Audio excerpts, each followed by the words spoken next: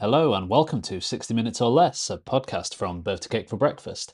I'm Andy Hughes, and for episode 54, we welcome Rhys Edwards and Joseph Stone from Krautrock collective Ulrika Spacek.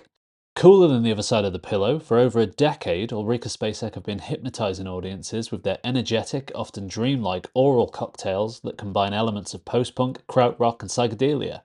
10 years on from releasing their debut album, the album Paranoia, fourth album EXPO lands in early February 2026 via their new home of Full-Time Hobby. Ahead of its release, we caught up with Rhys and Joe over Zoom in early December 2025 to talk about the record, touring the States, and tech metal, as well as big nasty corporations and the use of AI. If you like the episode, let us know. Follow us on your favourite streaming platform and follow Birthday Cake for Breakfast on all the socials. Right, onto Ulrika Spacek. Enjoy. Wait for the internet to catch up here. Is Sid not available, Reese? Judging by WhatsApp, I think he's at the Arsenal game. Unbelievable. All my questions were Sid centered and about Arsenal, so I'm gutted that he can't make it. How are you Oh, if both it's going to be anyway? about Arsenal, then I'm out. Yeah, we're good, thanks. Just announced the US tour today, so kind of slightly buzzing from that. Yeah, looking forward to seeing the reaction and yeah, reaching out to people. Be good. Dealing with logistics in the background as well, which is crazy, get crazier and crazier. Yeah. Yeah, I guess that kind of buzz is short-lived because we're right back into the thick of it, sorting out backline and van hire and things like that, and And looking at the visas. numbers. Yeah. That must be the most boring part about it because whilst you've got the announcement, which is great, you then have to, like you say, worry about visas and van hire. Is that aspect of it just you just take it as it comes because you need to do it, or is it still so mind-numbing? Well, it's kind of feels like we don't have much, we haven't got much choice in it really. It's kind of like we will just figure out a way of doing it. And I suppose it's always been on the cards that we were going to tour in March around the time when the album was coming out. And then when you look into the nitty gritty, it's like, oh shit, the visas are now double the cost of what they were last year. And so, okay, we're gonna have to figure that out. And then, yeah, just, costs are rising. We have to find ways to save in other ways. But, it's just one of those things, really. I mean, it's still exciting to be going over there and we'll make it work. And we're just really lucky to be able to do it, really, because not a lot of bands get a chance of doing it. And luckily for us, it doesn't feel such as much of a mountain to climb or as exotic as it once was. I think what's very weird though is that you have to announce the dates first before you get the visa because you need the dates confirmed to get the visa. So that's you always, I mean, it always feels great to announce, but it's always then it becomes a little bit real, doesn't it? Yeah, it's funny you say that, about the van and it's not territory that you're not familiar with. Of the single Interesting Corners, you said it became pretty sentimental because you were working on the track whilst you were in the US and you'd listen to it whilst you were traveling through this landscape, of America. And that sounds like real what dreams are made of type stuff. And it must feel that way when you are out there and you are getting to do such things that you hear about when you're a kid, these American road trips that bands go on and stuff. So that must be still pretty magical, and it sounds like it is. Yeah, it's always going to be more exotic than a UK tour, It's almost like being sailors lost at sea or something, You're very far from home, missing your family and whatnot. But it is a good context to be like to regroup as a group, actually. And I imagine this American tour will hopefully be another time to reflect on new ideas that we're working on as well. I mean, as maybe people know of our band, we don't all live in the same city. So when we tour, it's actually a time when we spend an elongated period of time with together. So always look forward to that. It must be pretty cool. You've said with this record that it's been great being able to come together so much and for it to be such a collective thing. It must be great, not just from a music aspect, but like you say, Reese, for you to be able to just be in the same space together and just bouncing ideas off each other. Yeah, for sure. I mean, we're kind of in this weird world at the moment, which is not just us. I mean, it's the digital world where like we're not always in the same room, but like in many ways we also are in the same room in the sense that like our WhatsApp thread is pretty overwhelming, you know. So it's a bit like everybody's talking at the same time often. And so, yeah, I mean, it feels like we're always chatting and in the same room, but then suddenly you're in the same room.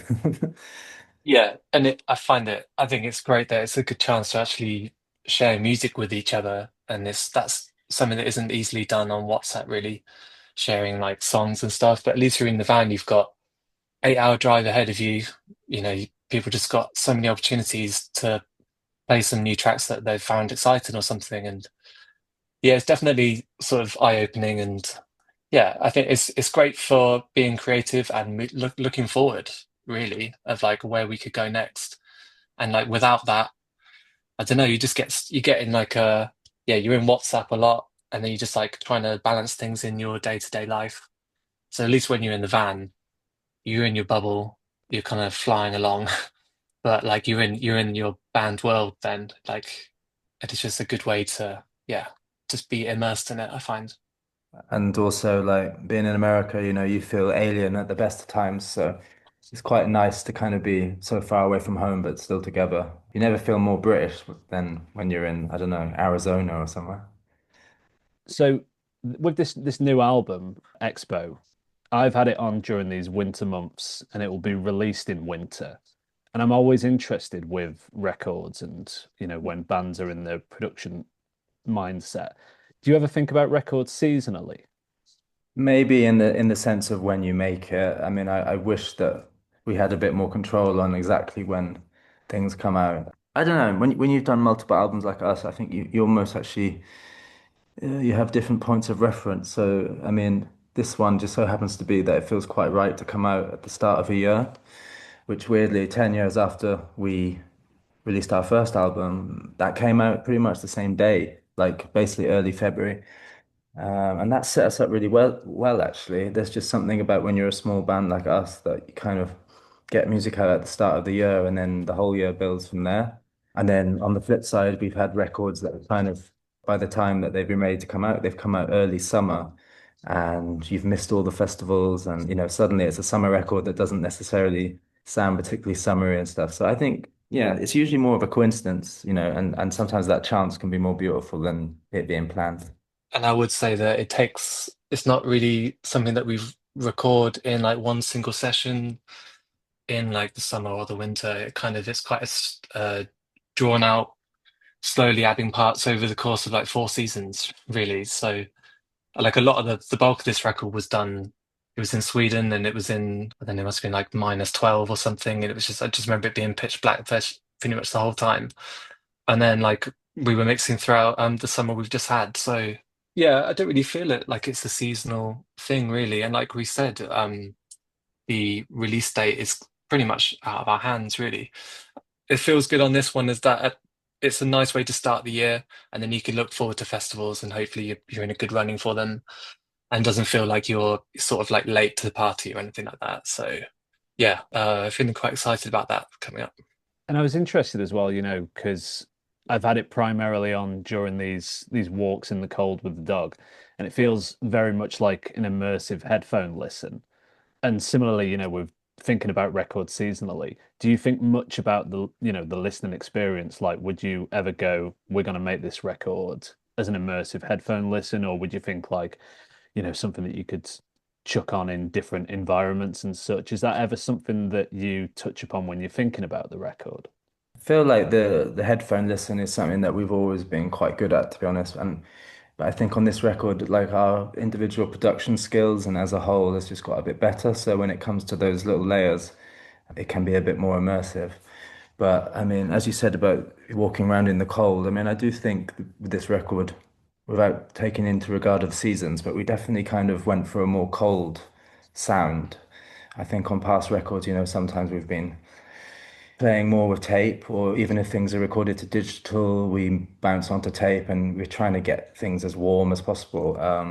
But this one, it was a bit more from the offset of like trying to do something that is more cold. And even if the record is not particularly electronic, like there's something about sounds from techno and things like that that just have this sort of icy thing that I don't think we've touched upon that much. Maybe on our first album a little bit. you've mentioned the Stockholm and London thing, and obviously, if I'm right in thinking that's, based on where, living circumstances are for some of you. So it was recorded between Stockholm and Total Refreshment Centre in London, and we know less about Stockholm, but we know more about Total Refreshment Centre because we've heard from bands in the past. What is it about the place slash the community of that venue slash recording space that made you want to do it there? Sid, he'd bounced around a bit between studios, I think, and he was in Cable Street for a while, down in Limehouse, and he was somewhere else before that during COVID time. So I mean, it is a little bit of like we were very familiar with the place, been there loads, and just he took it over probably about a year before we started making this record. So I mean, it's quite sort of circumstantial, really. But even if he didn't have a studio, I think we probably it would have been somewhere that we would have chosen. It's got a very comfortable live room and mixing room. I'd worked on another project with Sid in there too, with some other people. We're in there all the time rehearsing. So, it's not like I won't say like, oh, it feels like home, but it is like comfortable in there. And like we've all got a key. You can just, go in and all our gear is stored there. So yeah, it's just natural, really. So we bounce things between Rhys's setup in Stockholm. When it's in a good shape, it comes over to London and we do some more tracking. So yeah, it's a nice setup there. And it's also like, I mean, when you're there, it very much feels like a revolving door of people. I mean, for instance, when I'm in London, I often stay there, on the studio floor next to the amps and stuff. And, even late at night, there's always people around because they maybe are working individually in their own studios or bands are flying in from other countries and picking up backline that they're borrowing from other bands. So it feels very vibrant and, in my experience, something that's very different to my experience in Stockholm, really, where it's a lot more working in solitude, unless obviously the boys come out and we work together there. But so yeah, I always find it a very like inspiring collective environment, really, which yeah, feel proud to be involved with. Yeah, for sure. And the last time we were there, we were rehearsing and we kind of cut it a bit short because there were some Chicago musicians that had come over and they were coming over for a week of touring. And there were two unannounced shows happening in the room next door. So we just like poked our head in. I think that was arranged by the other organizer at TRC. And yeah, it was amazing. It was just like something I wasn't expecting to see anything like that. And there were a few musicians in there who played on one of my favorite records from the last year too. And they just, happened to be in there. It's like, oh my God, this is this is sick. So yeah, in that sense, it's also super inspiring.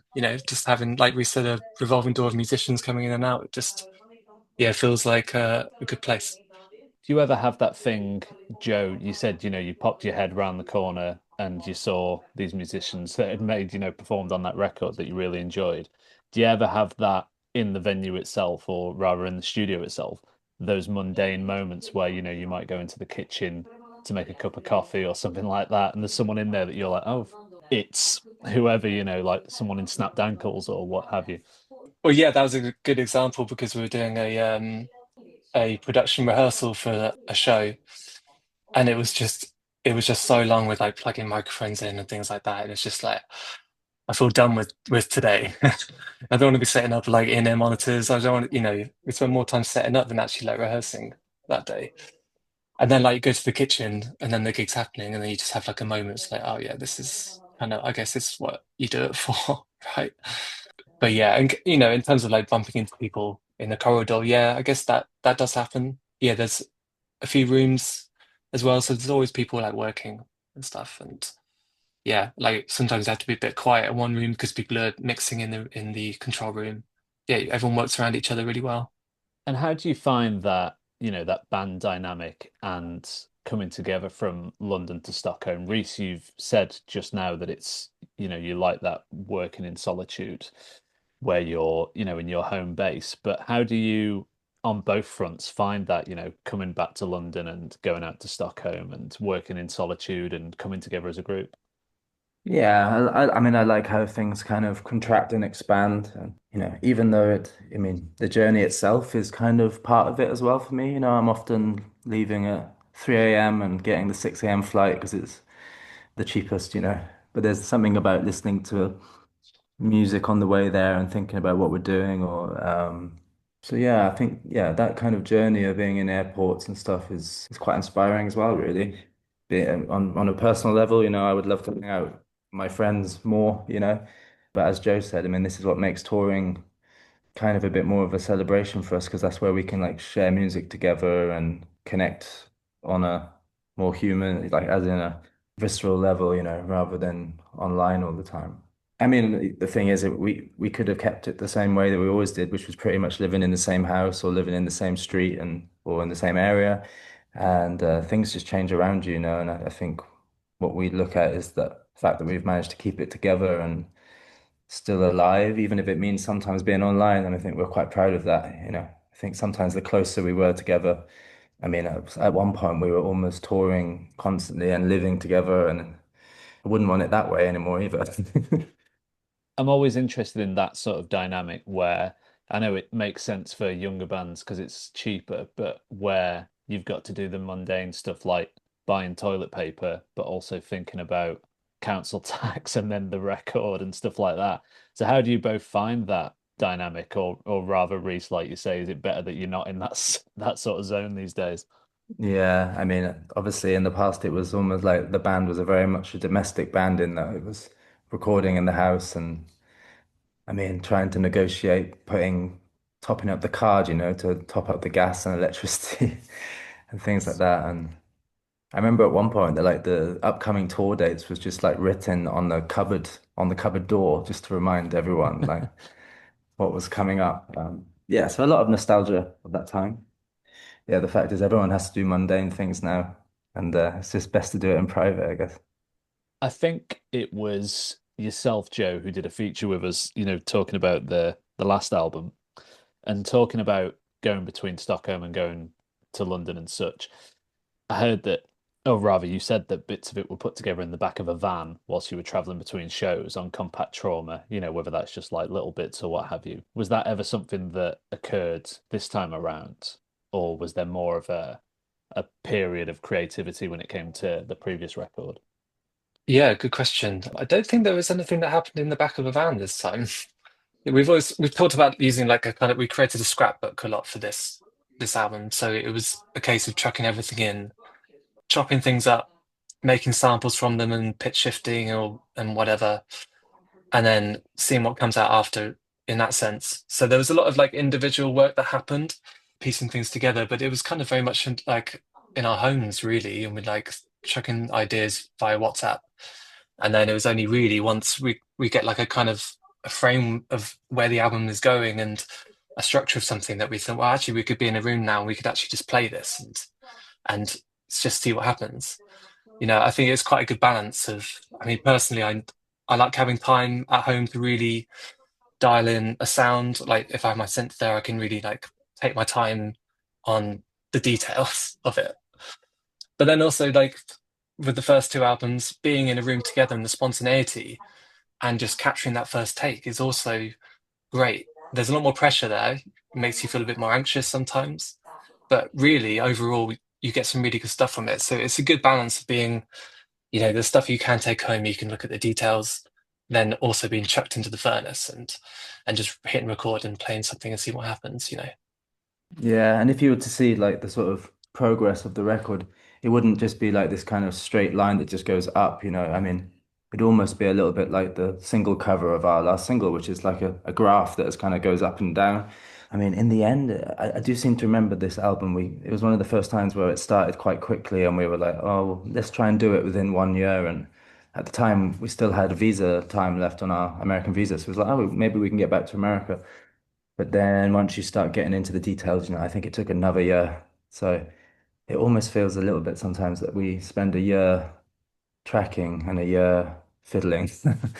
Um, but we definitely had these like moments of explosion, maybe 4 times a year or something where we would all be in the same room and for 3 or 4 days or 2 or 3 days, a lot would get done. And then I think it's so important to have those times of reflection. And as like Joe said, sometimes really having to think about what your part is and how it interacts with other people rather than just all show up and just expect to just all explode and everything would be genius. It's just kind of knowing what to hang on to and yeah. So I think we've got a little bit better at that as well, to be honest, of knowing when to press record and when not to. You've said elsewhere that the record itself is your most collective yet, and just going off what you've said, Rhys, it sounds that that's definitely the case. What is it about this record in particular that's kind of brought that on in this process? It seems like you're enjoying that collaborative and collective aspect of the material. What do you think it is that's brought that on? Is it just a case of that's how you've grown as a band, or I think on a personal level, I think doing solo records definitely helped enable me to give more space to people and be a little bit less trying to get hands on everything. I don't know, just as time goes on, you just really you build a sense of sensibility for each member and what their strengths are as well, and it's just absolutely certain that, strength in numbers and being a collective is more powerful than any individual.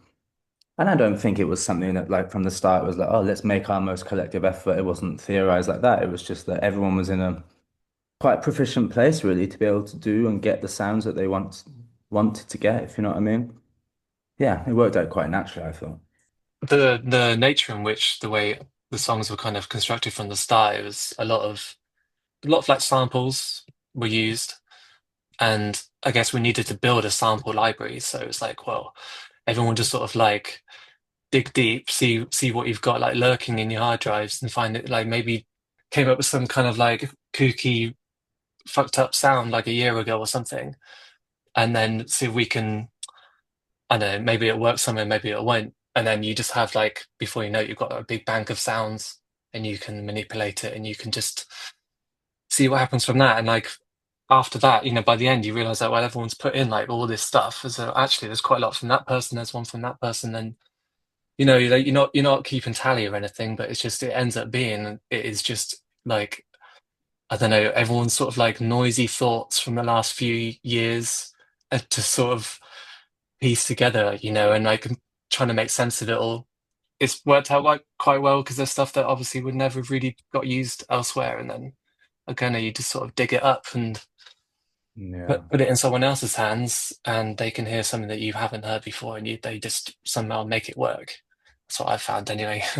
Things that I've just Yeah. like been banging my head against the wall about, I hand it over to Sid or Reese, and they're just like, "Oh yeah, we should just do this." It's like, "Oh yeah, Yeah.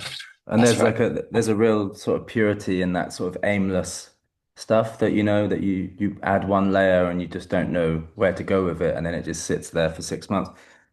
It's almost, yeah, it's the most pure thing really. So then when you get a bunch of those sort of layers and then sort of weaving them together, then that's when it starts sounding like a band, or like the five minds rather than one person trying to climb up an uphill, trying to do something great.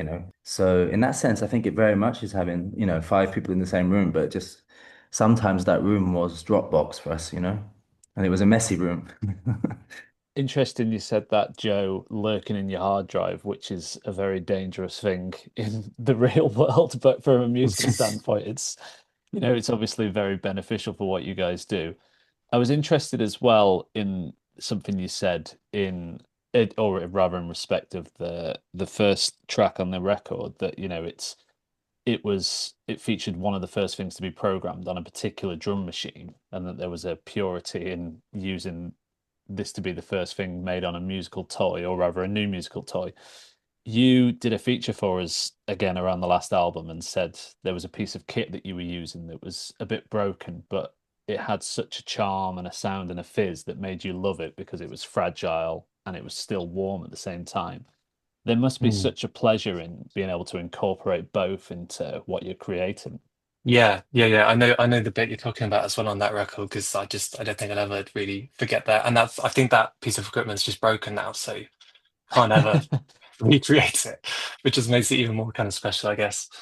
But yeah, I mean, when you get a new piece of gear, it's exciting, and you want to just see what you can do with it, I suppose. And then you think you put stuff into it, and then yeah, I guess like with that with the drum sample thing, I guess that came from Callan to start with, and he was using some new stuff too, a lot more like electronic drums he was using, and putting it through filters and stuff like that. So he's given us like a bank of drum beats in the past, but this time I don't know, just it sounded like there was more musicality behind it. it had often had it was in a key, some often, so it really steered the direction of some of the songs more than they would have done if it was just like one mic in a room. So yeah, like I think yeah, we should give Callum a lot of credit for some of the sowing the seeds of some of these songs. And then there are other ones that he did literally just have one mic in a room, in a little box room in a studio that he went to for a day. So yeah, like a mix of different equipment was used. Yeah, I think I'd only just got like my first sampler or something like a year ago, so I was quite keen to put stuff through it. And like these sounds, maybe they're not totally unique because the 404 has been used by loads of other bands, but like putting a guitar into it and pitch shifting it, or like stretching the time or something, and then rather than playing that live into the track, like what does it sound like if I trigger it or something, or like cut the waveform in half, and then it makes a kind of like a really sharp cut or something. Things like that. It's just when it feels like you haven't done it before, it's just exciting, I guess. It's as simple as that. Yeah, and it was all, sometimes using equipment like samplers and stuff was it gave a way of to play it like an instrument, as in it could be, I don't know, a part that anyone could have played, but it goes through the sampler and then say Joe glitches it or something like that. And it's almost like then you've got two people playing a part. So it just adds like another layer of performance Yeah, to and things. even simplistically, the fact that it's in 16-bit just has a sound to it. And previously, I don't know, you kind of grow up, even from a teenager, you just want things to go in sounding the best they can.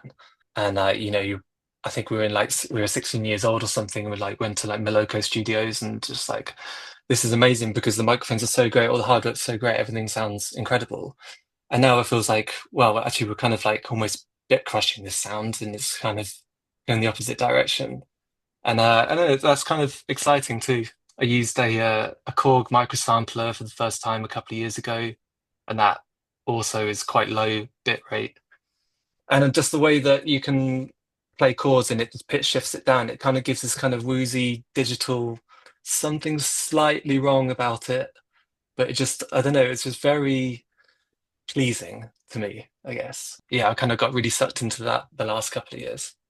Is that sort of thing something that, you said, Joe, that when you're younger, it's you want everything to sound perfect. Do you think that is just growing as a musician thing that, you want to explore stuff that sounds a bit wonky or, yeah, do you think that comes from somewhere else or?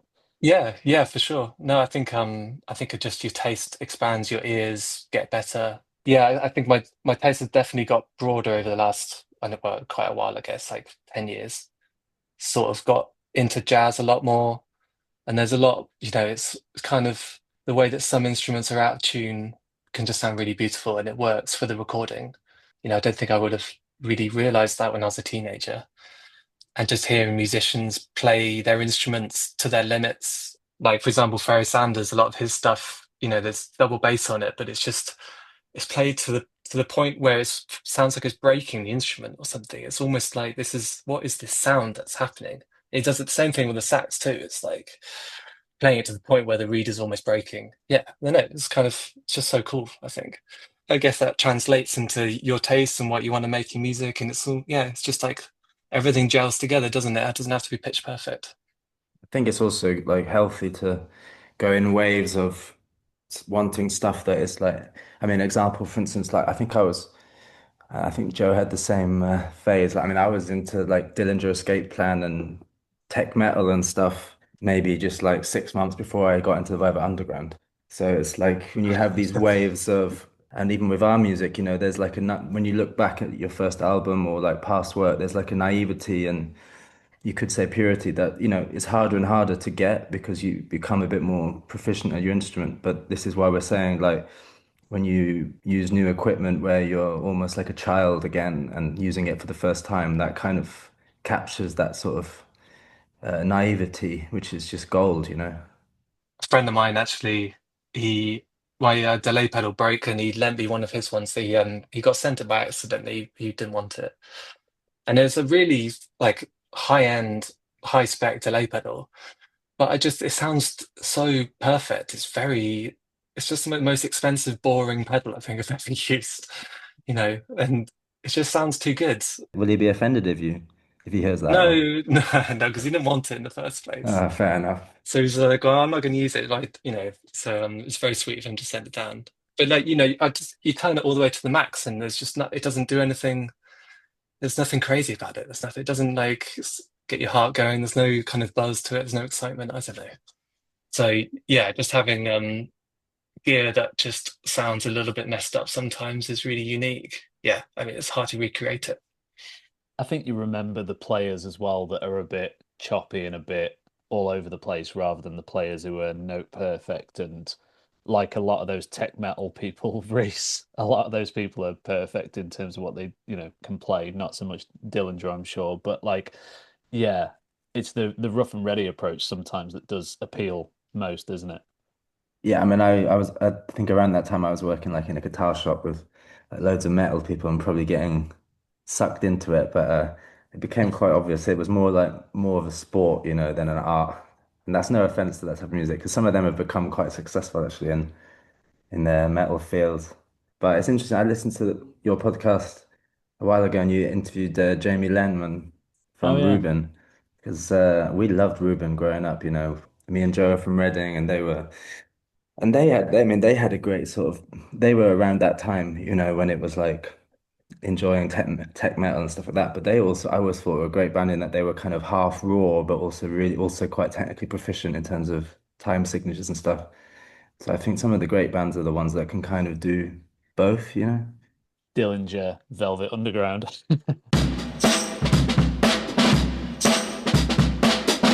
Quick break in the interview just to give you a heads up about some of our previous episodes. From our first episode to our latest, we featured interviews with the likes of Proto Martyr, The Lovely Eggs, Anna Erhard, Chat Pile, The Future Heads, Public Service Broadcasting, Gang of Four, Joshua Idehen, The Jesus Lizard, and even snooker legend Steve Davis.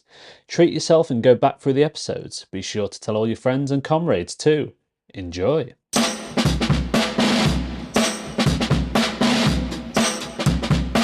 From what we were just talking about, I was intrigued to hear on this new record that there's AI used as well on the song Picto in terms of the vocals. Where do you stand? I can see you smiling, Reese. Where do you stand on using it as a tool? And, how do you feel about that sort of thing? Because for the most part, people see AI and they see rubbish pictures on the internet that have no creativity. But we know in the medical field, it can be very beneficial and such, and I'm sure it can in films and music. So is this something that is it a tool that you are looking at creatively, or is it just something that came about? I mean, on this example, I almost feel a bit like if we were gonna, if it were, we get asked about it so far a lot because it must be in the press release, I guess. But we only used it on one occasion, and I almost feel now like we should have just really used it lots on the album. But basically, it was an example where we wanted to just do like a draft vocal of like, oh, how would this be if like a girl sung backing vocals? So it was my vocals turned into female, and we put it there as a placehold. And a little bit like what Joe said about sort of digital artifacts, there was something a bit wrong about it that we just ended up kind of keeping. Didn't do that anywhere else on the record, but in answer to like the bigger question, I mean, of course, it's a huge talking point, and it's quite hard to know right now. But in terms of art, I mean, I do feel quite comfortable when it comes to music. Like, if we're working in like a very commercial type of music, and obviously there's a perfection to that that maybe AI could do. I mean, I saw something on Swedish news today where it was like 18 of the top 50 songs that were some commercial thing had been like written by AI, and I was like, those songs must be awful. And God forbid what the other 32, is that right? Would be like if they're even in the same list. So I'm also probably a bad person to ask for AI because I've just like lost my mind with enjoy. I'm so late to the party, but enjoying like GPT. Yeah. So Joe's probably the best person to ask. Yeah, I've been so split about it because a lot of AI I just find it's just so nauseating, isn't it? Looking at the images and everything that, oh yeah, I just think it's just so awful. But then at the same time, I've had so much use out of just using ChatGPT to get stuff done that you need, you know. But yeah, it's just a delicate thing, isn't it? Because the way that it kills creativity, and it's, I don't know, it's also stealing other people's creativity to learn from, right? So it's like all this intellectual property it's taking, and it's all unregulated. And if it wasn't a machine taking it, you know, they'd be taken to court. But I guess it's like the fact that governments haven't caught up with it yet, and I don't know, all the companies are just mining all the information it can get basically and trying to like rip it off before it gets shut down. That just, yeah, it's very sinister, I think. And all the stuff with Spotify and the AI bands getting fed into people's Discover playlists and things like that. And yeah, it's just, oh, it just leaves a bad taste, doesn't it? I mean, one thing I've always thought of AI is like one example I use is that when like early digital cameras came and everyone had these really great compact film cameras, and then suddenly this like 1 megapixel camera came and everyone's eyes were just like, oh, this looks amazing. And then within a few years you look back and you're like, oh, I can't believe people thought that looked good. I mean, weirdly, 20 years later, people use that imagery like ourselves, like because we like the pixelation and whatnot. But I just wonder whether, when it comes to AI, like even though that is growing exponentially, that maybe humans also will grow in terms of the way we can. I think we're already getting a little bit better, right, at seeing something and being like, oh, that looks like AI. But then again, I don't know. Saw some trailer of some film yesterday, and it was like Tom Hanks, and he looked like he was like in his 20s or something. And I think it was filmed like last year. So. I don't know. Oh yeah, that was a film with Tom Hanks, and he plays the character throughout the lifetime, and apparently it is dog shit, yeah. Whether that's because of the technology or not, I'm not sure, but that is, funnily enough. So I think you come at it from a good point, Joe, and I'm really glad that both of you weren't just like, oh yeah, AI is so brilliant. But like you're coming at it from a good point, and I think that the stuff where it's like images of people as Studio Ghibli characters is just who cares, it's rubbish, isn't it? But stuff, I think if I'm not saying it should be given to people who are creative, but I think it can help in that respect, can't it? Even though for this instance it was a placeholder, but I imagine similar to what you said, Reese, there are people are going to start to not only recognize what is shit and what is AI, but also use that to use it as a thing for good, I would hope anyway. I mean, one example where we used AI was that we tried, as a band, you got to do everything nowadays, and it's like we had to try and code our website or do something, and we just couldn't get anything to work. And then eventually, like AI just helped us like rewrite the code to do what we needed to do. So it's definitely useful in some ways, but yeah, in terms of music, I mean.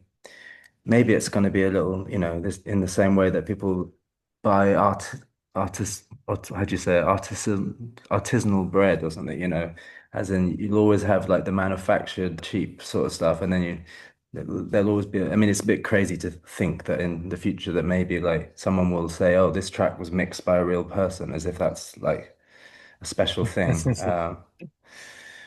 But it could go that way. I mean, what was the other thing Joe, you said last time we were in London, where you were saying like the AI is almost it could have a propensity to almost eat itself up as well, right? Through the disinformation also becomes so big that it's actually loses its way. Yeah. Well, I think it's mined basically everything out there that's on the internet. It's learned everything basically. And majority of all the new stuff that's being fed into it is all AI generated slop, basically. So it's like how does it discern between what is like AI generated and what is like human behavior? Surely it's exhausted itself now. And I don't know. And that's this, we're not even getting into like the environmental impact of it, which is also pretty horrifying when you actually hear about it. So it feels, I don't know, is it? I kind of for a while I thought it's like short lived, like it's not sustainable. But then, you know, I think maybe people will just find a way. If there's profit in it, they'll just find a way, won't they? Or they'll put it behind a paywall or something like that, so then people actually have to start paying for it. But yeah, I don't know. It feels like it might eat itself up. I don't know, for Yeah, I better or think for also, worse. and music, I think an important thing to say is that we would never use AI to write any melody or or to do anything other than be a tool for ourselves, if you know what I mean. And part of the reason why we quite liked that vocal was that it sounded so wrong, you know, like the way AI does faces. It's like there's just something a bit wrong about it. For instance, on yeah, what's scary is that when it gets better and better, but like I'm sure there'll be like some weird nostalgia of this era of like early AI visually and even sonically in the future, you know, because was it like Brian Eno said, often it's the thing that is done not very well is that what people love in the future, you know. Or unless the AI is like eating up the whole world or something, and suddenly it was like we were playing with the devil or something. I don't know. Are you now, you kind of expected it when the question started coming. Are you worried that you're going to be on some AI tech bro podcast ahead of the new album and that's going to be your new that's going to be your new MO in terms of record promotion? No, that won't happen. I just They wish want we to if bring us on as rage bait. Yeah. maybe we would have got more press if we actually used it more and did it, you know, made more of a story out of it. We'll get we'll get ChatGPT to come up with a headline for this episode, let's say. So kind of pivoting, but something that you touched upon before, both of you. So Spotify Wrapped went live today, and once upon a time that was a fun thing, but now it's completely a lot of people are going the other way with Spotify, and the actions of the CEO are, making it like abhorrent to some people. And it's always had a bad rap for paying artists pittance and stuff. It must be different from an artist point of view because it is a direct link for fans, to say these are my favorite artists and stuff like that. Do you have any thought on, that whole thing and like the issue with Spotify Rap being, a great tool for fans to say this is who I like, but also because it's Spotify and there are issues there. Well, I think it's not just singling out Spotify, really. I feel like the problem started, I guess they were the first ones, weren't they, really? But I don't know, it feels a bit weird that people have this unlimited access to music. And, at the time, it was just so cheap, really. It just feels like it just sold so cheaply to start with. I don't think that the industry sounded like it was in a very good place up to this point anyway. But yeah, I feel like Spotify is a very useful tool and has been for us. I guess it's like how much do you give away really for that? I think that's the difficult thing. I don't think we're in a position where I don't know we can remove all our music from it. I don't know. It's hard, isn't it? Like, do we want to shoot ourselves in the foot like that? We're not a big enough band really to do it. We can't really make a statement like. I think it's so great how Dear Hoof did it. I don't know. It feels like we might just vanish into thin air if we did. I know. That's horrible to think, isn't it? Like it's got us, by our throats. With Spotify, I mean, I think what they know is that people don't have as much allegiance to it as they hope, and they try and do this like Spotify rap thing to kind of build allegiance. But yes, as Joe said, I mean, we've definitely benefited from Spotify in the past, but I mean, if no one's on the platform, then we won't benefit from it. And I mean, on a bigger picture, and yeah, maybe it's not just them, but it's just like there's something that has made the whole listening experience such an individualist thing, you know? It's like even when someone shares their Spotify Wrapped, I don't feel there's something wrong about the product that is like it's not really encouraging other people to join them in their path of like finding other things. It's still very much like, look at me, look what I've been listening to. There's something about it that is wrong. I don't know. I mean, I'm not the most outspoken person in the band. I still use Spotify, but that's maybe from a selfish thing where I just find the product, like the actual listening platform, to be the most stable. And I've tried other ones, but there's definitely don't feel as much allegiance to it either. And I wonder whether like if a real genuine indie platform came that had a great player and stuff, then I'm sure that could do really well. And it's a shame that Bandcamp never really got themselves a really good app and player. It's finally a little bit better now. I use it a lot more, but it's just a bit of a shame that they never got that. Something that was also more linked to the independent labels as well. I think what's annoying about Spotify, you can't even click on the independent label and then find what other things. I mean, and that must be deliberate. I don't know why that would be, but it must be deliberate. Yeah, I'd definitely say though. the amount of Spotify that has helped me find more music and stuff. When it does the artist radio, it finishes the artist and it just suggests things for you. I mean, that's been so great. And other things do that as well. But I can't just like forget that, that's the value, isn't it? Like there's so many bands that I've only discovered through Spotify. So like we do recognize that, and we've got a lot of people who come to our shows purely because they've been suggested us. They like similar bands on Spotify. Yeah, also like Reece said, the platform is good. Like it works, and you can easily get through artists and things. And I'm on Apple Music now, and they've done another update, and it's a bit better. But I just find it's I don't know, it's a bit like a labyrinth, really. Sometimes it's like this is very frustrating to try and find new stuff and trying I to get know. just look at a band's page or like find like a related album or something. It's just like it's just so fiddly. I always hated Sometimes. iTunes. I always found iTunes a nightmare. Yeah, it still Uh, is. It I still mean, is. going back to Spotify, actually, it's like, yeah, we definitely benefit from it in terms of like building, I say building a fan base, but we've never been on an editorial playlist on Spotify. We've never actually been on something that has come from Spotify and then we've got a load of listeners from it. All of our listeners have all kind of been like just people, who have like kept listening to us. And yes, the numbers fluctuate and I can see they're going up again. There's also something about the numbers thing, which I'm not sure is like, it can be quite disheartening, isn't it? Like, I know loads of people that make great music and they put it out, and then within 6 months, you go on the page and there's like less than 100 people listening to it or something. And that also makes it a bit like a competition or something, which I guess is deliberate, but Yeah, and yeah. that's something that Apple Music doesn't do. It doesn't show you those stats. So you look at a band, you just got no idea whether massive Mm, or like really tiny, especially these days. So I don't know. that's good. Yeah, that's good. Hmm.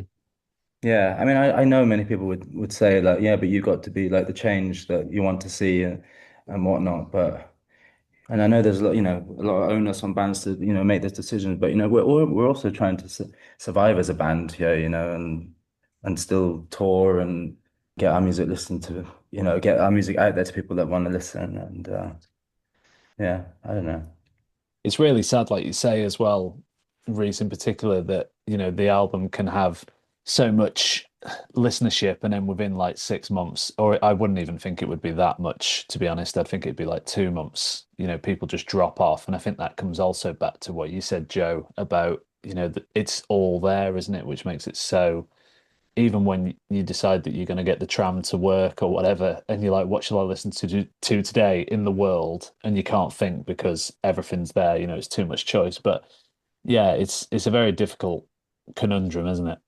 Yeah, I guess that goes into another argument about the cherry picking of songs and the attention span. And like, if you're not digging it within 15 seconds, you just skip. Just everything skip. It's like the reels, isn't it? It's just like swiping and yeah, I'm not sure I like that very much, really. But that seems to be extending beyond music. That's in videos and just content, isn't it? It's just this social media churn that, yeah, I don't know. But that's like a feels like a whole separate world, really, the whole issue. Yeah, and word of mouth is always the most important thing, when someone who knows my musical taste or a friend or something, that's gold, Yeah, we just hope that people that, like our music and stuff or are enthusiastic by it, just tell someone who they think might like it as well. 'Cause it always goes a lot further that Mm. way in the long run. Yeah, for sure. I heard something you said about enjoying albums from start to finish and the joy of flipping a record over, And speaking of Dear Who, for a side bit, they said something on the last episode of this podcast with us about they would play their own record, but put the record player on silent and put the needle down so you could see the record spinning whilst their own music was playing. Do you know what I mean? So they could figure out how it worked, side A and side B, which I thought was cool. But I wouldn't say this was the case in respect of your fan base slash the contemporaries that rub shoulders with. But do you think there is like a bit of a lost art in making records and consuming where people are thinking about albums start to finish and loading the record front to back and such? Do you think that is a bit of a lost art? Sure. I mean, I can't talk for younger generations, but I mean, I'm always told that, maybe with the big, Apple, Spotify, all these people, it's almost like music has become this sort of mood thing. So it's almost that people are choosing playlists according to a mood, and then if your song is on there, then you might get more plays and whatnot. But yeah, I mean that is a bit worrying, isn't it? Like, I think going back to what I said about the individualism, people want to curate their own things, but this people have with time and whatnot, people have a little bit more scared to basically like give up 45 minutes of their time and just like commit to someone else taking you on a journey. So I think in the modern world, you are kind of fighting that.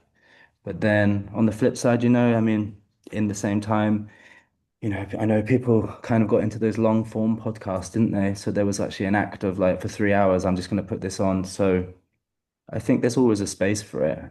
But sadly, the idea of listening to an album is maybe more of a like cult thing now than it ever used to be. Yeah, and good albums are still being made, right? It's not like it's the death of the album. There's still some great bands out there making good music. I don't know what is going on in. I mean, the mainstream thing is we just feel so far apart from what we're doing, what bands that I listen to. I don't know. So yeah, I mean, there's still good stuff coming out, right? Just whether they're thinking about it in terms of side A and side B, I couldn't speak for them, but there are definitely albums I'm listening to I like enjoy from start to finish for sure. I was just looking down my list of questions then, and I feel like we're going into a bleak territory. And one of the questions has got the word suffocating in it, so I'm not going to go down that route. It was more about, the song "Build a Box, Then Break It," about, kind of putting yourself into a box, and was that suffocating? But I'm gonna pivot away from that and look towards the song "Weights and Measures." And you said, like, or rather, the press release said that you know that not all fans of your music may like it, but those who connect with the album will like the song itself. It must feel refreshing slash daunting to mix it up style wise and have something on a record where you're like, there's people who aren't possibly going to like this, but we're putting it out. That must feel so liberating and, yeah, anxious. Yeah, I mean, when we first put that song together, I think there were members of the band that I didn't think we liked it, So we got it to a point now where we all love it, but it's like it was a lot of conflicting ideas to start with, and like pushing and pulling, and yeah, it was definitely the most interesting project on the album, I think, and a clash of minds sometimes, which is not always a bad thing. Yeah, I think it just came out really great in the end, and it's the one I don't know. I think it's not like single or anything, but I think it's one of the tracks I'm most excited on the album. And like, if I put it on, I just would love to see someone's reaction on their face when they hear it, because I think it'd be quite unexpected for them, to hear it from like Ulrika Spacek to make this. But hopefully, it still sounds like us. But yeah, yeah, it was a really fun thing to work on. I'm glad it came out how it did.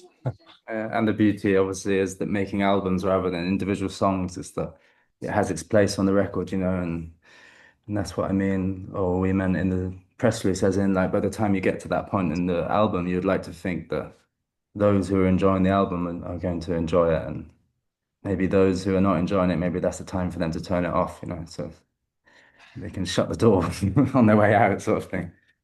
But Yeah, I think there's mention of the James Bond strings at one point, and yeah, it's funny that made it into the press release because that was almost used in.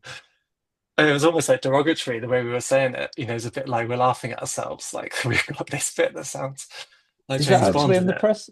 Is that actually in the press release? Because I was thinking I had it on, and I was, with those strings, I was like, wow, that is very. And I'm not a James Bond guy, but I was like, that is very James Bond. Like Yeah, hidden yeah, yeah. hidden cave or something. So that's in the press release as well. I think it is. Yeah, and maybe, that's what it's like. or at least the conversation with the person who wrote the press release. Yeah, Um, yeah. You never know. I yeah. mean, that could be your pivot to when you say it's the new sound of the band. The new sound of the band could be big Shirley Bassey type numbers. Hey. Yeah. I think maybe we dipped our toe in the water. I think we'll definitely leave. Yeah, and we'll get like Julie Andrews to do the old the AI voice on that.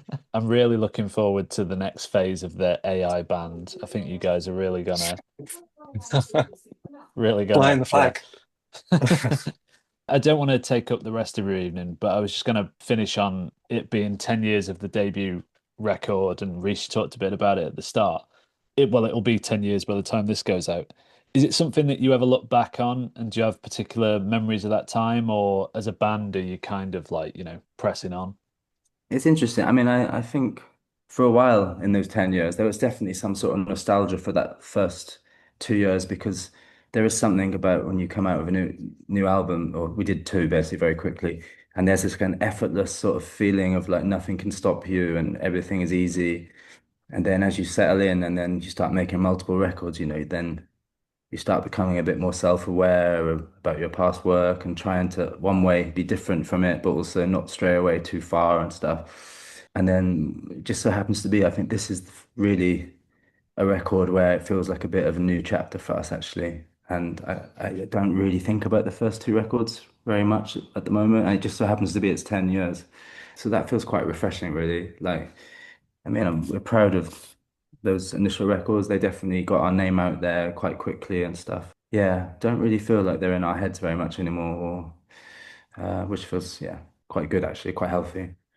Well, great. Thanks so much, both. I can't wait to listen to more episodes, by the way. I listened to the McCluskey one and Ruben one, really enjoyed them, and I saw there's loads of guests I'd like to listen to. So, yeah, good work. Oh, thanks, Rhys. That's what we like to hear. I hope that I can fill the noise rock hole in your Yeah, podcast nice. listens.